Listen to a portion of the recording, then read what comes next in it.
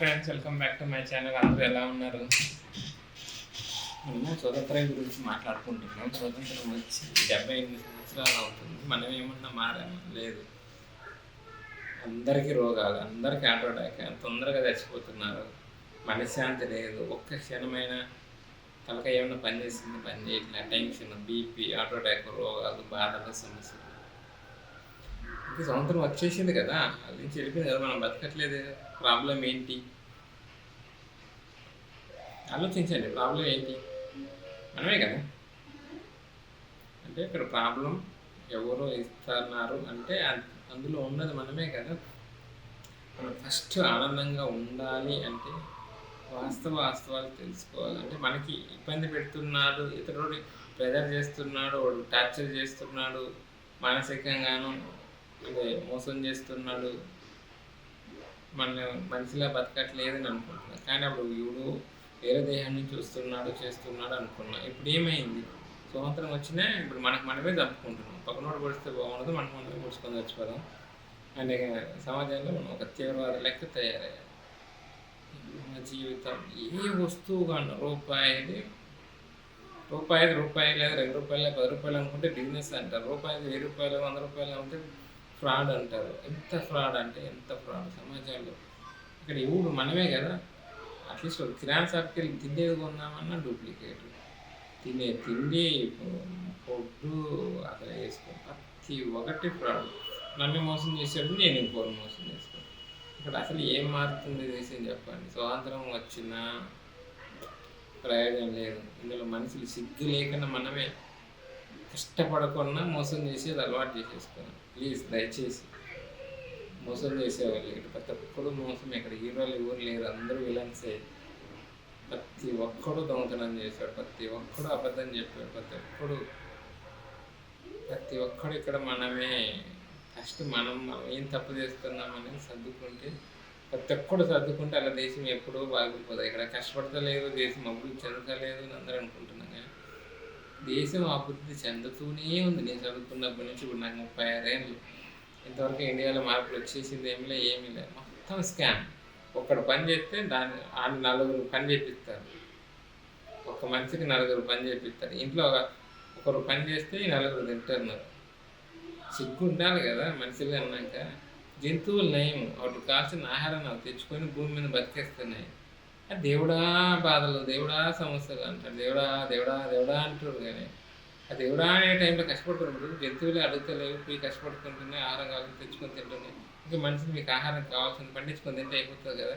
ఇంకా లేజీ కోసం, డ్రెస్సులు అని, ఒక స్టైల్స్ కోసం సినిమాలు, షికార్లు, కబుర్లు, కార్లు కొత్త క్రియేట్ చేసుకొని ఏదో ప్రపంచాన్ని ఏదో ఉద్ధరిస్తున్నానని కావాల్సిన అన్నాన్ని, ఫుడ్ని వదులు పడేసి ఇదే స్వతంత్రం అని చెప్పి విచ్చలు విడిగా నర్రోడ్లు అన్నీ ఇప్పుకొని తిరిగేసి తాగేసి తందాన్ని అనుకొని ఎంజాయ్ చేసి రోగాలన్నీ తెచ్చుకొని మీరు తెచ్చుకొని కానీ 10 మందికి అంటించేసి సమాజానికి సంఖ్య ఇస్తున్నారు.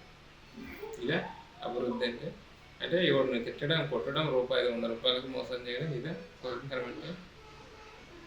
అంతే కదా మీ దృష్టిలో స్వతంత్రం అంటే? ఎవడు ఏడన్నా చచ్చిపోని, మనం తినాలి, మన వాళ్ళని మోసం చేయాలి.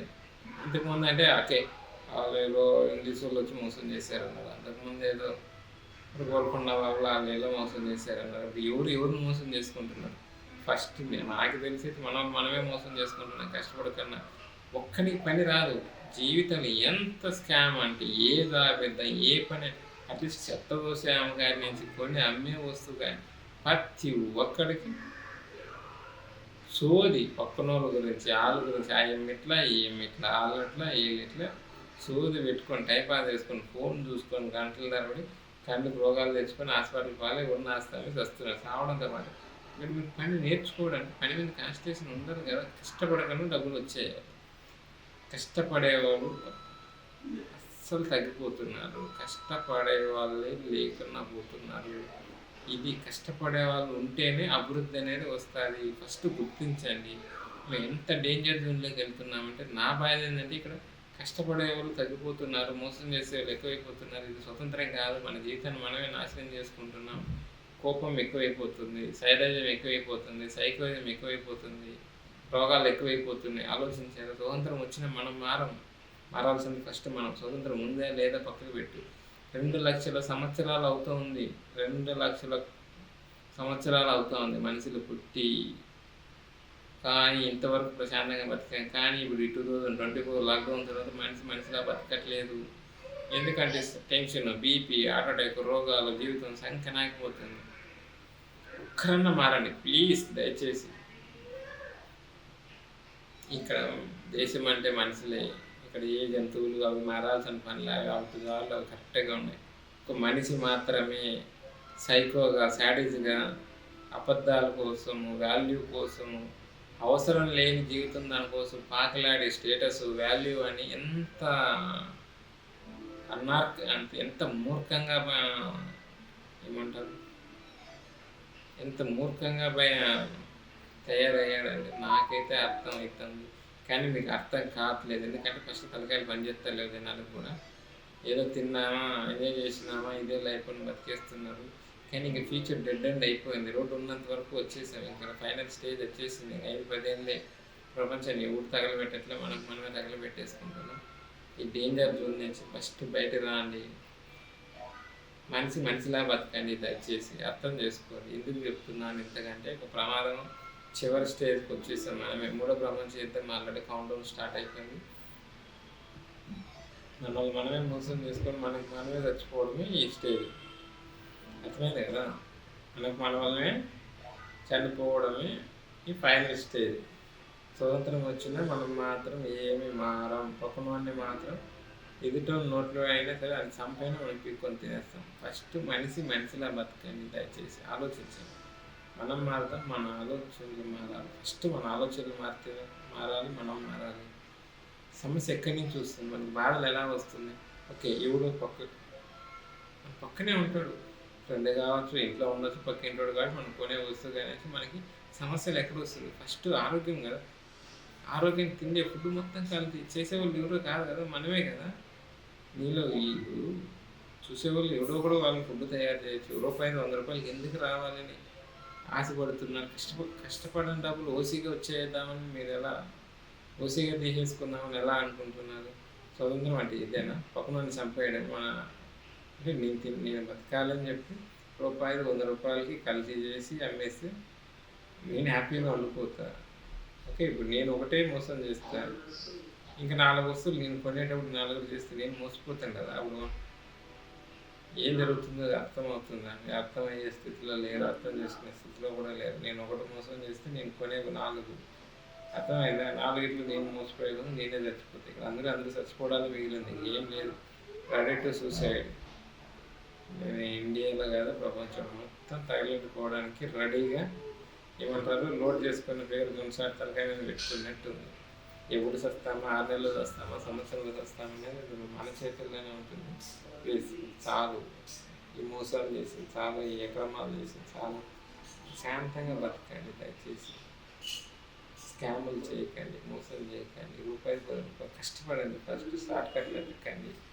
సాఫ్ట్వేర్ రావులు, కోట్లు సినిమాలు ఏవి శాశ్వతం కాదు. ఎవరు ఉండడు, అలా చెప్పుకొని బతికేస్తున్నారు. కష్టపడండి, వర్క్ నేర్చుకోండి. ఇక్కడ నా బాధ ఏంటంటే ఫస్ట్ వర్క్ ఫెయిల్యూర్. పని చేయడం ఎవరికి రావట్లేదు. పని నేర్చుకోండి. పని నేర్చుకోండి.